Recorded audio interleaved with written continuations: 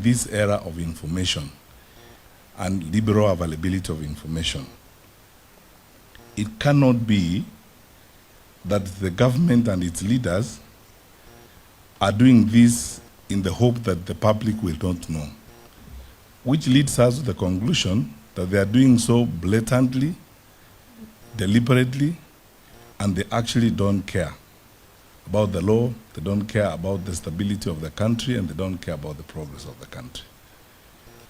Two, it's astounding the level of conflict of interest involved in this matter.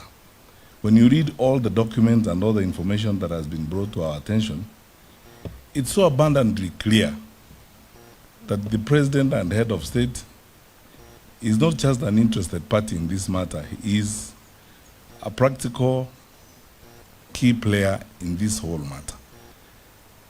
And our president is now faced with that conflict of interest where he needs to choose between being head of state and government and therefore the custodian of the welfare of the people of Kenya and the businessman and the practitioner that he is in the business environment.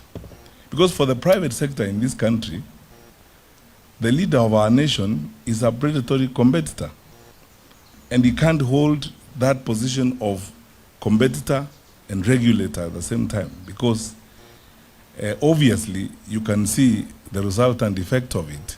It's untold pain and suffering of our people.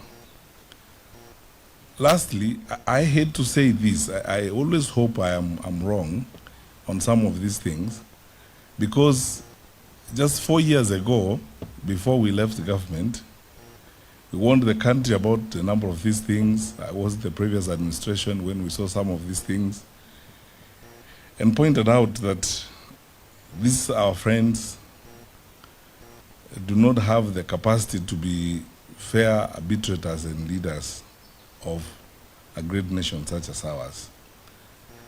In my view, and we've discussed this matter considerably, if this issue is not dealt with, this matter of oil, I think we haven't seen the worst yet in terms of the direction our economy is going to take.